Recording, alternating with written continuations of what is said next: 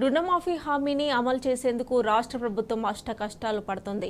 కాంట్రాక్టర్లకు బిల్లుల చెల్లింపును నిలిపివేయడం, పెన్షన్ల చెల్లింపు వంటి సంక్షేమ పథకాలను కొద్ది కాలం ఆపివేయడం, ప్రభుత్వ భూములను తనఖా పెట్టడం వంటి అందుబాటులో ఉన్న అన్ని మార్గాలను అన్వేషిస్తోంది.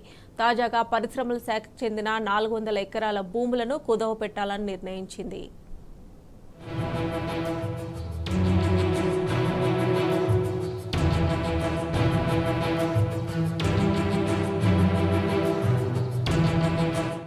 రాష్ట్ర ప్రభుత్వం ప్రకటించిన రుణమాఫీ తలకు మించిన భారంగా మారుతోంది. సుమారు 20,000 కోట్ల విలువైన ప్రభుత్వ భూములను ప్రైవేట్ ఫైనాన్స్ కంపెనీలకు తనఖా పెట్టి 10,000 కోట్లు సమీకరించాలని భావిస్తున్నట్టు తెలుస్తోంది. ఇందుకోసం కోకాపేట, రాయదుర్గం వంటి ప్రాంతాల్లోని ఖరీదైన స్థలాలను ఎంపిక చేసింది. వీటి బహిరంగ మార్కెట్ విలువ 20,000 కోట్ల వరకు ఉంటుందని పరిశ్రమల శాఖ వర్గాలు తెలిపాయి.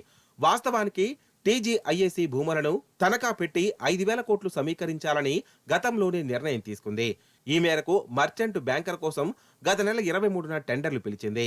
సాంకేతిక కారణాలు, లోపాల వంకతో 10 రోజుల తర్వాత టెండర్లను రద్దు చేసింది.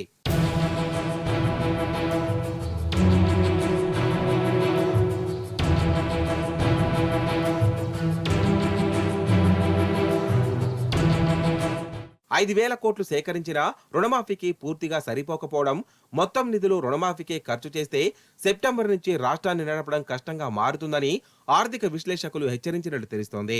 దీంతో ప్రభుత్వం భూముల తనఖాతో అధిక నిధులు సేకరించాలని నిర్ణయించినట్టు తెలిసింది. తాజాగా మళ్లీ టెండర్లు పిలిచింది. 10,000 కోట్లు నిధులు సమీకరించుకుంటున్నట్లు చెప్తున్నారు.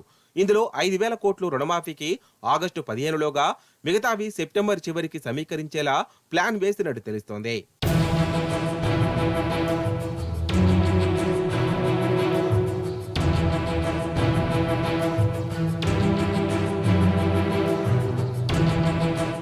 రైతు రుణమాఫీ కోసం 31,000 కోట్లు అవసరమవుతాయని ఇప్పటికే అధికారులు అంచనా వేశారు.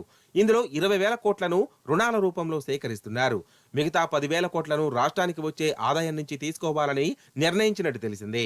ఇందుకోసం ఇప్పటికే కాంట్రాక్టర్ల బిల్లులతో పాటు జీపీలకు, పట్టణ స్థానిక సంస్థలకు చెల్లించాల్సిన 600 కోట్లు ఆపినట్లు చెబుతున్నారు.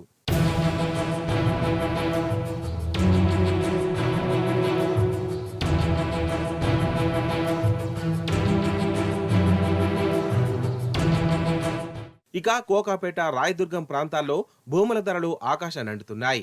పైగా కొత్తగా వచ్చే ఐటీ కంపెనీలు అటువైపే చూస్తున్నాయి. అలాంటి చోట 400 ఎకరాలు ప్రైవేటు సంస్థలకు తనఖా పెట్టడం ఏమిటనే విమర్శలు వెల్లువెత్తుతున్నాయి. రాజకీయ ప్రయోజనాలకు తాకట్టు పెడితే వాటిని ఎప్పుడు విడిపిస్తారని పలువురు రేవంత్ ప్రభుత్వాన్ని ప్రశ్నిస్తున్నారు.